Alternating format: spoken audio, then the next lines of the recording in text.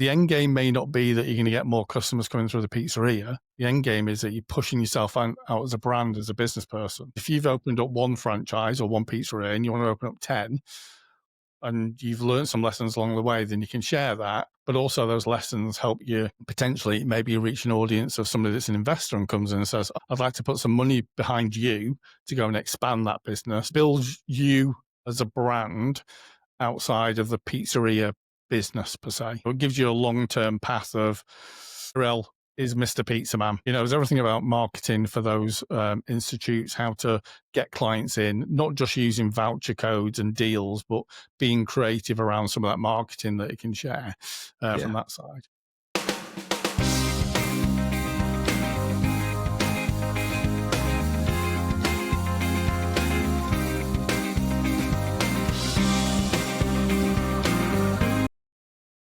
All right, welcome back to Pizza King Podcast. I have Stuart Townsend on from Podcast Hawk. Stuart, thank you for joining us. Can you introduce yourself and tell us who you are and what you do? Yeah, pleasure. Thanks, Tyrell. Thanks for having me on the show as well. So I'll try and talk a little bit slower because I do tend to start talking very fast because I'm from the north of England and I get told off for going into my northern spiel. Yeah, so my background is I started life a reasonable amount of time ago selling steel, of all things, bizarrely. I was a steel salesman. And then decided I didn't really want to do that and ended up going part-time to university to get a degree so I could get a job in corporate. So I ended up being a student at Sun Microsystems when I was 30. So for anybody that's a little bit older, you'll know they were a Unix company and massive and brilliant company to work for. Migrated over to Oracle when they bought the company. And then I floated around. I was building some startup accelerators there. And I spent some time then at a couple of startups and built out the channel sales at Zendesk pre and post IPO. And then about 6 or 7 years ago, decided to leave and venture into doing consulting and setting up my own software companies. I've been around a bit, I think, Tyrell. I think is the summary of that. From steel to software to entrepreneurship. Yeah, I've got some scars. You've definitely done it the hard way, my friend. What lessons, what would you say some of the most important lessons you learned along that journey? And we'll get into your company and what you guys are doing, but I'd like to know, just from my point of view, what's some of the most important lessons you've learned, in making those huge. I think the key thing for me was, or the irony is like, I was quite young when I joined the steel firm. I was like 18 or so. And it sticks in my mind really well in terms of the managing director is a very old school company. So there's a big long table. MD was at the top end and the minions, depending on rankings, all went down. And he'd always said to me, he's like, no matter what happens in life, Stuart, no matter how high you go, you've got to look after everybody and do it sincerely, because on the way down, they're the people that are going to help you. They're going to help build your network out. They're going to help do stuff. And at the time, I was like, 18 years old, thinking, what's a crock of what's going on? It's like, I don't, But in good stead, the key lesson from that is exactly that. It's like literally as I've moved around different companies and different skill sets, it's been helping people along the ways and paid forward and helped me when I got to that time where I've needed help. That's there's lots of things, but for me, that's the main thing I take away from that component, that initial sort of statement from a chap 30 odd years ago, maybe a bit longer. I love that. One of my mentors always said, and he's always taught us, and he's always, he's still to this day, always says that all business is people business. And when you take care of people, when you look out for people, people will return the favor and look out for you and take care of you and help you when you need help or support you when you need support. So, I appreciate you sharing that, because I think that's, at its core, what all of our businesses are about. Yeah, most definitely. And, over time, I've sort of gone into this mode of channel sales and such. And that's basically just owning relationships, like say, developing those relationships from that. Everything else doesn't really matter, does it? We all remember the people that looked after us. Exactly. And now you kind of have the ultimate position where you get to connect people who normally wouldn't have that opportunity or wouldn't be in a space to pursue these types of connections with Podcast Hawk. Yeah, exactly. And that That's okay. This is going to sound a bit weird, Tyrell. So I set Podcast Hawk up with my co-founder, Ray, who lives in Mexico. I live in England. Me and Ray have never actually met in person.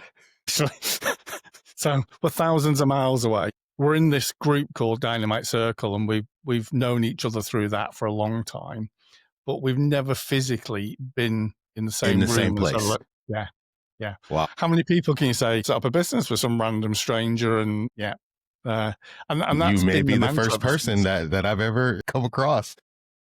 But it was a sort of mantra of, we both wanted to get on podcasts to spread the message and our knowledge and sort of meet people, but we're coming at it from different ways. I was coming at it from more from a data side, because that's sort of my background is about big data and that type of thing. He was coming from, he had a language company and he wanted to promote that business. And then we met and became friends and decided to solve this problem together of how can you actually get on the right podcast and how do you reach people? Yeah. So we built it and then shared it out, and one of the first to market of, it's a simple platform. You can find, we've had people come on using the platform to find podcasts about fly fishing or Canadian government podcasts, or some of the searches are great, but it is, the key element is it's about joining those people together and letting them develop that relationship.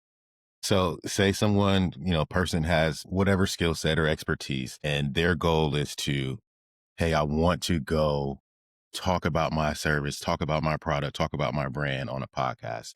They come onto your platform and just search with very general terms and say, hey, what's out there? And to your point, fly fishing, and you'll connect them with a podcast host or a booking agent to help them get on the show.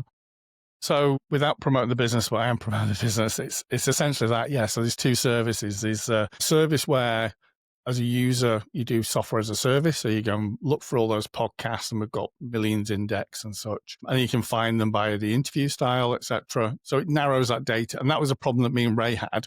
We would both spend lots of time finding podcasts and then going, they haven't had a show for 2 years. I've just spent this afternoon building all these 100 podcasts, and it's like, they don't even have a show. Oh, God. So we're trying to take that pain away. And then what we got from feedback was people said, that's great, but I haven't got the time to do that, or I haven't got the time to follow through and do the booking process as well and answer all the questions. So then we just built this sort of agency service on top of, we can do all that for you as well. It was quite funny. We were like, everybody will want to use this because it's just dead simple. And the amount of pushback we got of, yeah, it is dead simple, but I ain't got the time to fill all those emails in and follow up and provide the answers to the questions and do the media kit. And it's like, really? It's not that hard, is it? So yeah, so we've done both components around it. Yeah, well, I think there's, I think what happens behind the scenes is folks don't understand that both sides are trying to determine if it's a good fit, right? Exactly. If this is going to be something that the audience wants to hear, or do I even understand what you're bringing to the table? Yeah, we're always clear with clients on both sides. The key thing in any of this is I always so when I joined Sun, I live in North England and the job was in the south of England. So I'd get up at 4:30 on a Monday morning and have to drive for like 3 or 4 hours to get to the office and stay there for the week. That's how I got into podcasting.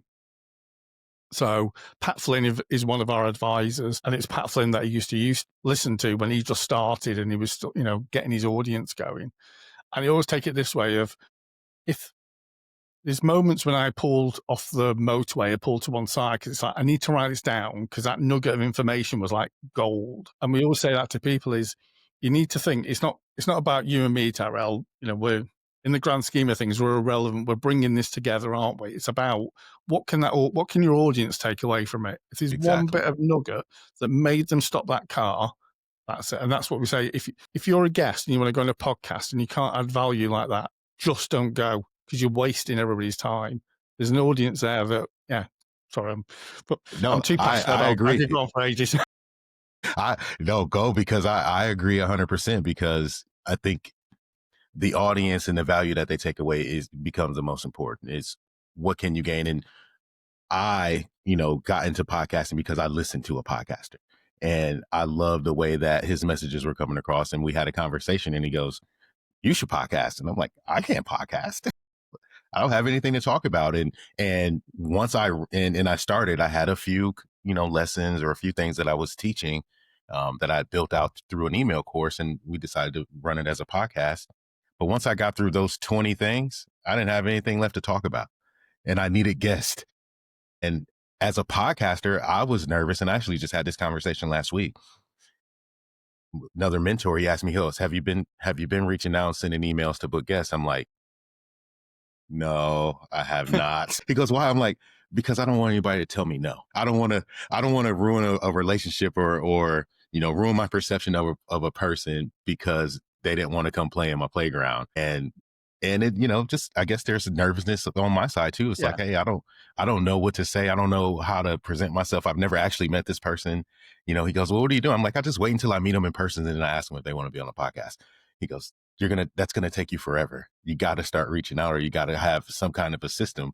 And I think, platforms like Podcast Hawk helps solve the problem for podcasters as well, because we don't always have the time or the expertise or the know-how, or even, the ability to overcome the fear of reaching out to folks coldly to say, do you want to come tell your story on my podcast?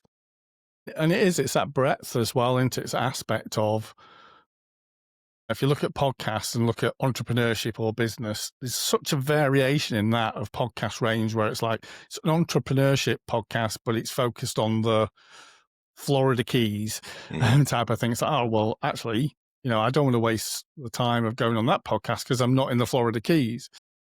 So it helps sort of broker that component.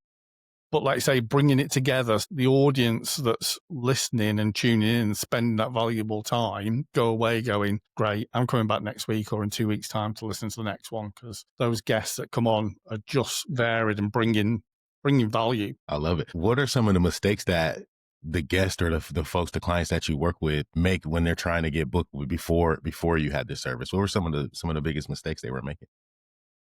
It's a classic. I shouldn't laugh, but I've already sort of said what it is. People think that because you're a host and you've got a podcast, that they have a right to be on your show. I'm Stuart. I worked at this company. I have a right to be on there. I'm Stuart. I'm boring as sin. It's like, I have no story. It's been, when we were just doing the SaaS type service, people would go on and go, I can't find your podcast. I'm not getting booked. So I'd go and log in and look at what they were sending. And it's a little bit, you'll get this, Tyrell, you'll get messages from PR agencies, and it's like one sentence. I've got my client called Stuart. He should be on your podcast. Like, really? You don't care about me at all? Just ignore them.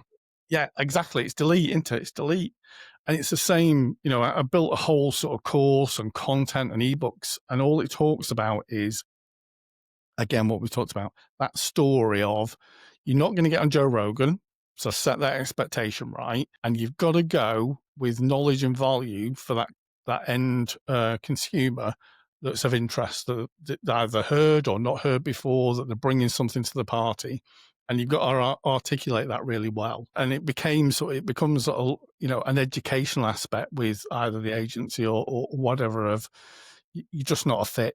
Your niche is too small. It's fly fishing, but in Lancashire, it's too small a segment of that. What I do love about the client side stuff, because I do the onboarding, is people don't realize they have stories to tell. So you're sort of having that conversation like we are now, very sort of chatty and informal. And it's like, and they drop in going, oh yeah, when I left school at 18, my first job was in China. What? Yeah, I lived in China for 4 years. I can speak Mandarin. And I'm like, you do realize that that's like not normal. Yeah. And it's quite an interesting point. Very unique story. Yeah. Tell that. And it's like, oh, so yeah, you went to China and then you did this and then you set up a company doing that. And oh, you worked in a company that's you've got loads to, so sometimes it's that helping draw out of people actually what the pieces are, that they can go and tell that story. And what, unlike asking me, what was the lessons you learned through life and that experience that you can share, so that other people don't make those mistakes or go and follow a different path, or give them inspiration to go and live in China and work there. Or, at 18, I worked in a garage and then I worked at a steel firm. This guy rocked up, left uni and went to China. Yeah. Different paths. So. How does your agency help the guests bring those stories out and present it in a way that is consumable? So we've only just started this now, so they're not live yet. But when we bring clients on board, we interview them as a podcast. The So kind of a onboarding, trial run. yeah, yeah. So it's like, here's your first podcast. Away you go. And we've just switched to this model.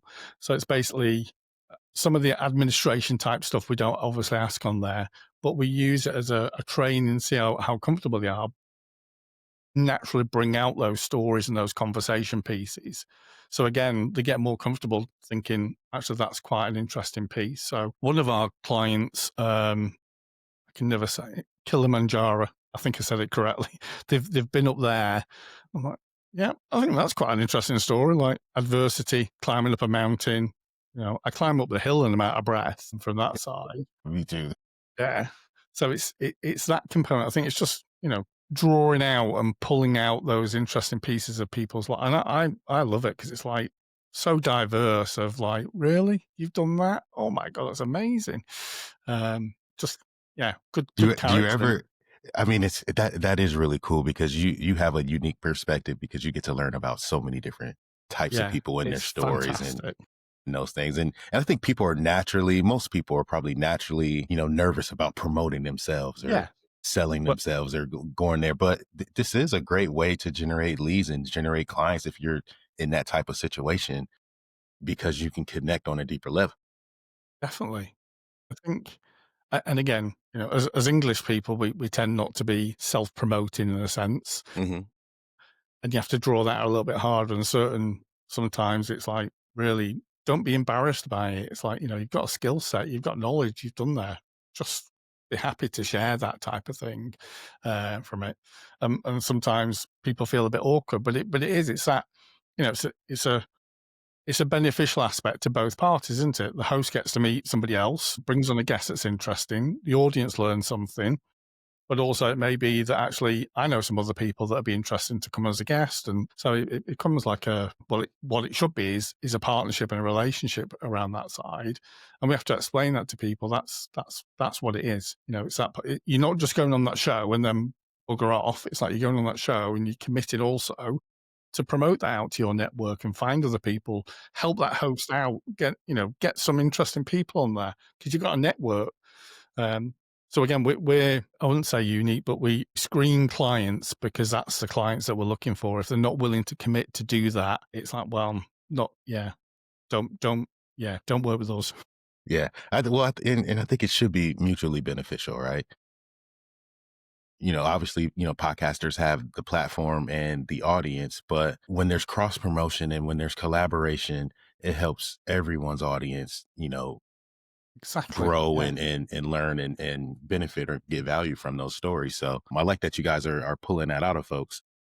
I always say to guests as well, what you've got to think is, so for me, this is like, I don't know, say 30, 40 minutes of my time, and I'm going to go and have my tea and put my feet up and that sort of thing. For you, Tyrell, you may record 4 or 5 a day, and then suddenly there's editing time, there's top and tail, and it's putting all that piece, it's promoting it. It is not 30 minutes of your life. Right. There's a lot more as a host that goes I behind it. wish I wish I could do it in 30 minutes. So, as a guest, we also say you have to respect that aspect that this person is committing to doing that. Sometimes they're doing it as a full-time job. Sometimes they're just doing it because they're passionate. So you've got to turn up, be prepared, and share the love. Because again, like I say, if you're not going to do that, it's not fair. It's not the place to be around that. Because again, it's an aspect of sharing that audience insights as well. It widens out your audience insights because that guest spreads it out, and those guests come along and their audience go, oh, wow, I'll start listening to that. But actually, I want to go on that show as well. I think I could talk about accounting in the Netherlands or wherever it may be. So, yeah, there's that aspect. I love that. As a podcaster, at least from my role, I feel responsible for helping to tell the story the right way, through the editing process, through the promotion, through having a quick turnaround and having the social media, functions and all those things matter, those social media assets put together. I think it all matters because if you trusted me to come on and tell your story or show your product or any of those things, I feel responsible for helping you do through to the best of my ability. Promote it, promote it, promote it. Let's do it the best that we can. I don't take that responsibility lightly. So I think that's, I think it's great when you have guests that understand coming into it, like, hey, let's do this together. Let's Yeah, let's let's exactly. make Yeah, this as the best possible product we can. And not yeah, everyone does that. Some folks, I've had guests that come on and then you just never hear from them again. But yeah. No, that's others, I like to establish relationships. Like, I love the folks that say, "Hey, when can I come back? Can I yeah. how soon is I too soon to book a second episode?" I'm like, yeah. "Dude, just do it." I've done a couple of podcasts where I've done a couple of episodes because we've just gone totally left field talking about random stuff, and it's been really great from that. And yeah, like you say, it's having those ongoing relationships from it, and just a random conversation. Like, oh, actually, I think you should go on this podcast. Go and speak to Tyrell. It helps you out, but also it helps out the guest as well, isn't it? It's like, oh, I don't have to think then. And it's the same for businesses, isn't it? Like I say, I've been in that relationship business for better part of this century. As I said in a meeting a couple of hours ago, it's about businesses now have to work hard at owning that relationship and developing that relationship and working on that relationship with the customers, no matter what they're doing, and not putting these goddamn walls in front of we don't want to talk to a customer. It's like, no, you want to speak to a customer as much as possible. Yeah. Really, They honestly. pay our bills. So Yeah. let's talk to them. Yeah. And it's that aspect as well of, a lot of clients then sort of say, well, I'd like to do a podcast. It's like, well, great, but why don't you be a guest first and understand the complexities of it, and then look at setting up your B2B podcast and using it as driving leads and that's great. But if you've never done a podcast before, it's hard. And speaking to hosts, and they start to understand of actually there's a lot of editing time. There's a lot of time going into this. It can be it's not a 5-minute job. Right. Yeah, I'll stay away for that for a while then. It was actually kind of part of my next question was, have you found someone whose story was so unique or their field was so niche that you couldn't really place them in the right category or with the right podcast? So the next logical step was to start your own, get your own Um, message out. yeah, so Canadian government. There's a lady that wanted to reach out to the Canadian government. I can't remember how it works now, but basically in the UK, they're called councils. I can't remember in the Canadian government what it was, but it's Okay. so particular that the podcasts around it were really niche. I was like, there was no point. I'll give you access to the platform for free because I reckon there's about 25 podcasts about that if you're lucky. And I said to her, I said, you're so knowledgeable about this and about why don't you do that and then go and get the people that you from the government departments to come on and talk about what the issues and problems are. And, it brokers that relationship then with the end consumer because it's like, oh, there's somebody from government coming to talk about this. Because, we pay our taxes and we're all sort of aware of stuff, but we don't know what happens behind in governmental departments, why the roads don't get fixed or the bin men don't come from that side. So, yeah, there have been a couple like that I would aspects. listen to that Yeah. podcast. Yeah, it was, but yeah, it was one of those of like, it was a while ago now, but it was like, I should go and follow up and see if she did it because it would have been perfect, literally. And she would have had a massive, and not necessarily a massive audience, but a massive influx of people to get started and promote it. Then she would get a large audience because she can just promote it out to the government departments and they can all listen to it. And then they all want to come on as guests and then they promote it out. So it's like a self-fulfilling prophecy from that side. So we work mostly with pizzeria operators, owners, and Yeah. operators. How would someone with a local business use podcasts as a way to come on and promote what they do and who they are? So them setting up their own podcasts or them coming on to be a guest on other podcasts? Yeah, I would say, yeah. As guests, how can they use guesting as a way to reach new customers? Yeah, that's perfect. So they could come on. For me, it'd be about they could target sort of localized podcasts. Again, it depends. So I'm gonna use the term franchise and dominoes type of thing because I Okay. can fit that in my head, put that in my head. But anybody that set up a pizzeria or any business can come on and talk about the challenges of doing that, the entrepreneurship behind it. What we say, what I say anyway, the end game may not be that you're going to get more customers coming through the pizzeria. The end game is that you're pushing yourself out as a brand, as a business person. Because if you've opened up one franchise or one pizzeria and you want to open up 10, and you've learned some lessons along the way, then you can share that. But also those lessons help you potentially, maybe you reach an audience of somebody that's an investor and comes in and says, I'd like to put some money behind you to go and expand that business. If you're doing some creative marketing, again, that can be shared around that. So it builds you as a brand outside of the pizzeria business per se. So it gives you a long-term path of, Tyrell is Mr. Pizza Man. There's everything about marketing for those institutes, how to get clients in, not just using voucher codes and deals, but being creative around some of that marketing that you can share from that side. Yeah, That's yeah, I love it, and it gives them the opportunity to kind of come from behind the counter, come out yeah, of the kitchen, yeah. and show us that you're a person in the community, even if it's a podcast that's you know something that's national or global. You still have something, and there's something to be proud of that you can share on your own and say, hey, look, we introduce our little franchise to the world. That's how proud we are of it, and our customers help make that happen. I think there's a lot of different ways to tell that story. Yeah, because you see a lot on TikTok and Reels and all that of pizza places where literally the pizzas are sold out before they've even been made. And I'm Yes. like looking at it, drooling, going, "Oh my god, that looks like the best pizza ever." Oh my god! But it is. It's like you can tell the story of, is it the recipe? Is it how you've done that? How did you build up that business? How did you get that voice out? There's so much that could be told around that then positions you, like you say, from out behind the counter forward and sharing that other pizzerias, but also just general business can use as well. If you've been so creative on your marketing, that can transfer to any retail service sector, whether it's a pizzeria, hairdressers, fashion, whatever it is. It's about what you did to get the customers through the door and bring them back consistently into it. That's all what we all want. If we can do that easily and it's not as less stress, then you can concentrate on the business then, can't you? You can be passionate about making that food the best it ever is, ever, and not have to worry about, oh my God, we've only sold one pizza tonight. What do we do? It's like, it's the best pizza ever, but nobody knows about it. Yeah. I love it. I love it, and I agree 100%. Another thing that we love to talk about here is just the importance of developing leaders, investing in people. And I know that you yourself have some background in startup and scale, and how important those things are in that regard. Can you share just some of your philosophies and your thoughts on just leadership development in general?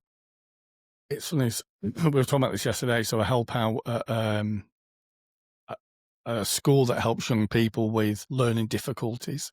I don't know what it'd be termed in the US, but they have this thing called a statement or an EHCP. So they could have autism, ADHD, various things, so they can't learn in mainstream. So we were sat in a meeting yesterday with the management team, and the key for that, and I suppose it was, try to sort of say it politely, was, in a lot of businesses, you have, in corporate particularly anyway, you have one-to-ones and appraisals, and they're all a bit stressful, etc. And I was saying to this particular business, you need to ask your staff, what is their career path? Do they want to go to a leadership position? And if so, why?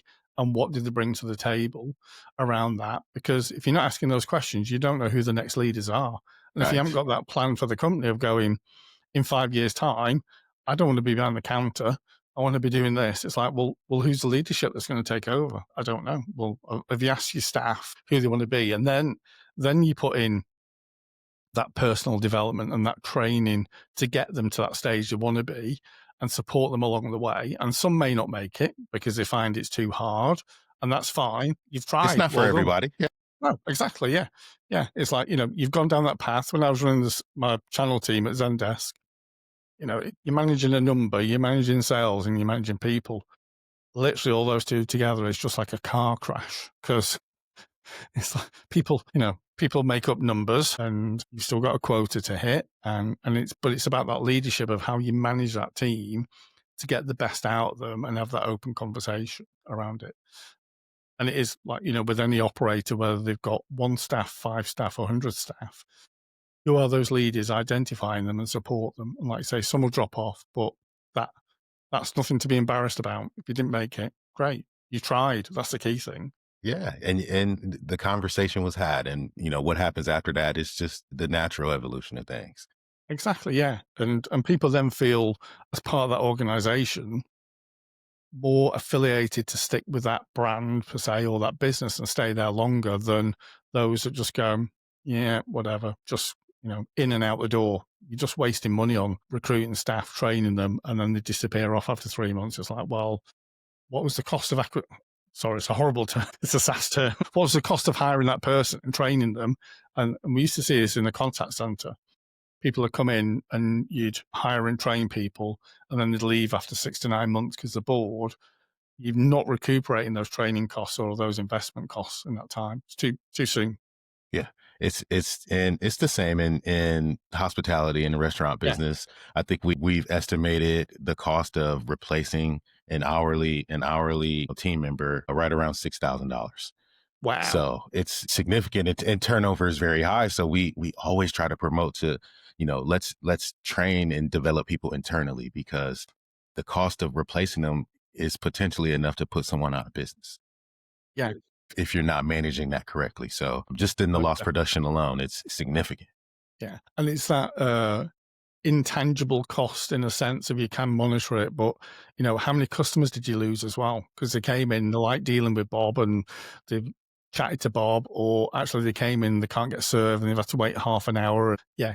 It's tangible but intangible, that side of things. It's the cost that you can feel, but you can't see it, but you can feel it. Yeah. Yeah. So I wholeheartedly understand that.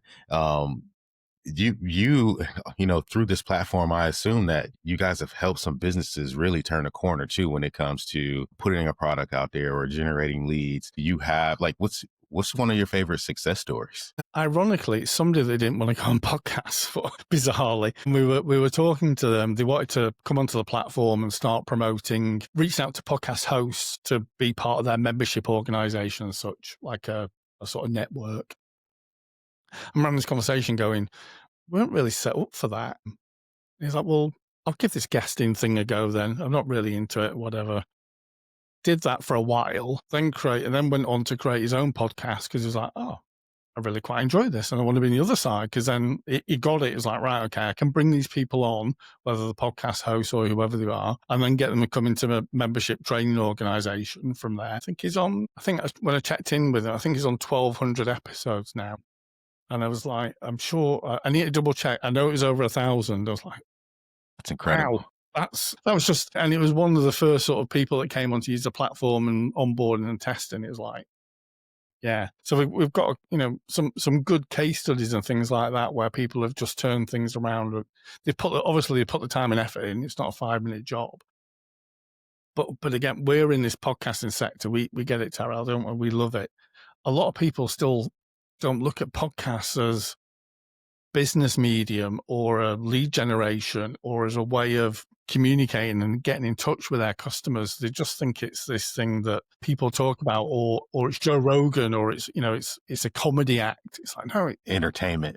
and it's entertainment. Yeah. Yeah. Whereas a friend of mine who's in the same group, he runs a B2B podcast service. So he creates podcasts for enterprise.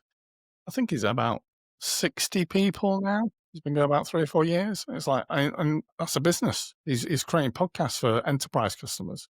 So, yeah, I think, again, it's still an untapped medium that people don't really get or spend a lot. Marketing teams don't spend as much time as they should do just researching it.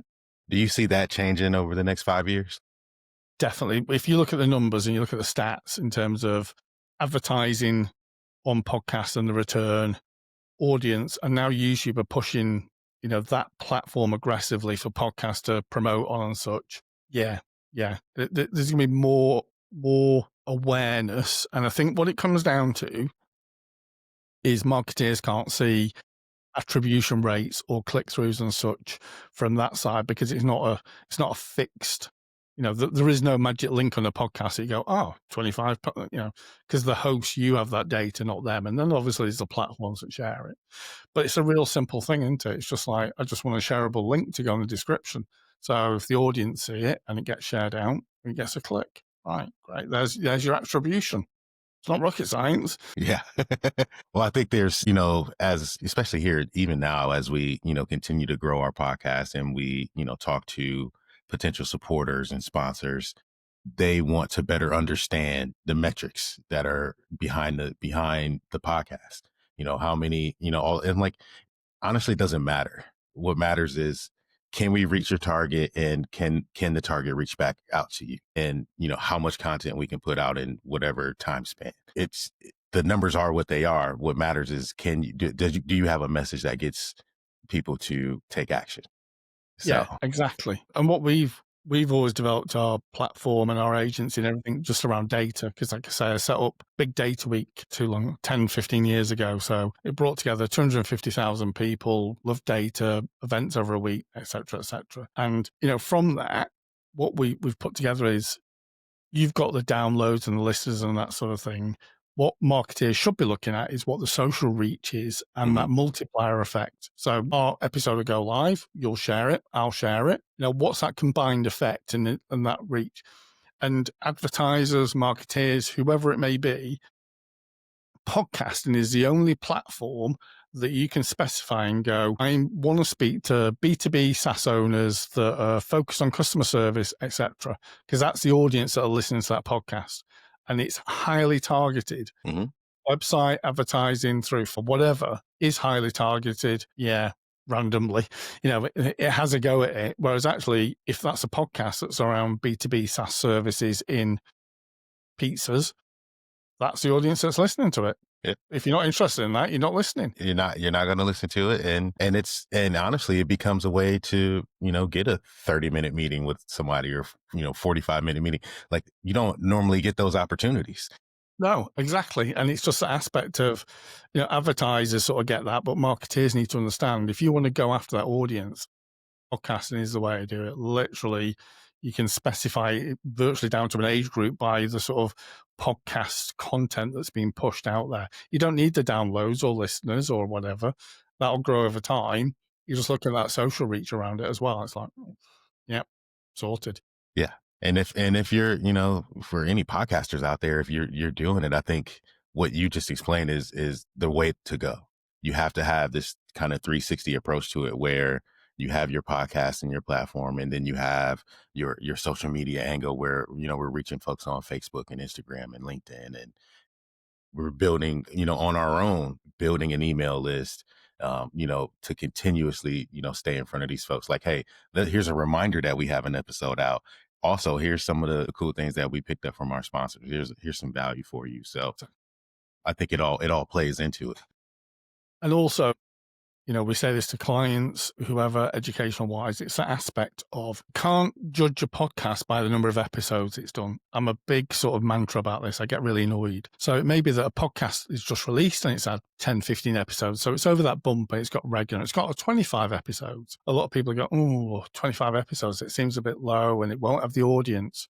Well, what if that person has never done a podcast before, but actually has a YouTube channel with 1 million subscribers, a Facebook audience of X that's highly targeted and engaged? It's like, yeah, so, pragmatically, you have to look at the audience you want to reach and look at it, like, say, from 360. It's not all about the downloads and the listeners and that sort of thing. It's not about the episode numbers or reviews. It's about looking at that individual podcast show and going, wow, okay, that's an up and coming one. I need to be on that show. 25 episodes I can get on now, because once they get to hundreds or whatever, is a 6-month waiting list, and I'll never get on there. So yeah, we say, it's look at it from a marketing perspective and a sales perspective and the data. Don't be judgmental, I suppose, is what I'm trying to say in a long-winded way. I totally understand. What advice would you give? And I know that you primarily work with guests and, through your guesting services, but what advice would you give to podcasters for attracting the right guest that, helps grow your audience and helps grow your reach and adds value to your podcast? Yeah, I think from a sort of podcast host side, anchors back to having a very clear positioning piece, whether it's on your website or on your hosted description of the type of guests that you're looking for around that, and having full clarity over it from that side. But also, like I say, it's just that aspect of having a really defined process of following on, having that relationship, asking the guest to promote out, to say, you've been on the show and I'm looking for similar people around it. And once you've got those mechanisms going, it's guests will then, it makes it easier to go, yeah, this is about pizzerias, but in Tampa, and we're looking for business owners. It's like, right, okay, yeah, there's no point in approaching that one. Whereas if it's a very generic one, perfect. I suppose over time, because we've done this a lot and we've reached out a lot and we've spoke to podcast hosts and guests and done all that, all the clarity is in the detail and that definition and the process around that. Get that right, and you just have guests consistently coming through from it, because it's easy to find you from that side of things, and there's clarity there. I love that because I think, you know, in the beginning, well, probably a little easier now, but in the beginning, discoverability was very hard for Yeah, podcasters. Like, you know, the people who knew you found you, but in order to, you know, if you're not on the top charts list or, you know, one of those things, it's very hard to become discovered. And we started to really, you know, lean into SEO and optimizing there so that we could get better discovered on platforms or through, you know, Google search or, you know, now especially with YouTube, you know, pushing podcasts a lot more. I think that has helped us. Is that something that you see making a huge difference, or is it just extra work for nothing?